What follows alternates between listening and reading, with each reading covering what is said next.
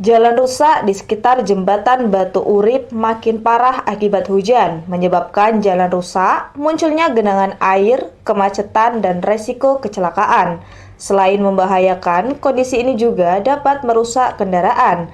Perbaikan segera diperlukan demi keselamatan pengendara. Jalan rusak merupakan salah satu masalah infrastruktur yang umum terjadi di berbagai daerah, termasuk di sekitar jembatan Batu Urip.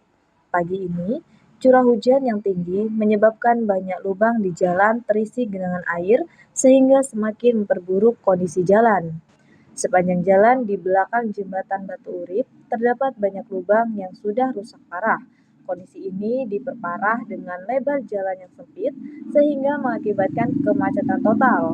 Para pengendara, baik motor maupun mobil, harus berdesakan untuk melewati jalan ini yang semakin menyulitkan arus lalu lintas.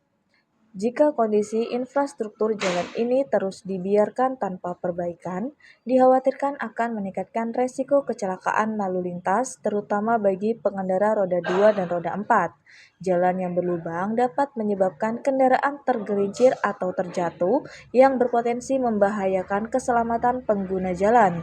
Selain itu, kerusakan jalan juga dapat menyebabkan berbagai masalah pada kendaraan, seperti ban bocor, gangguan pada sistem suspensi atau shock absorber, serta kerusakan lainnya yang dapat meningkatkan biaya perawatan kendaraan.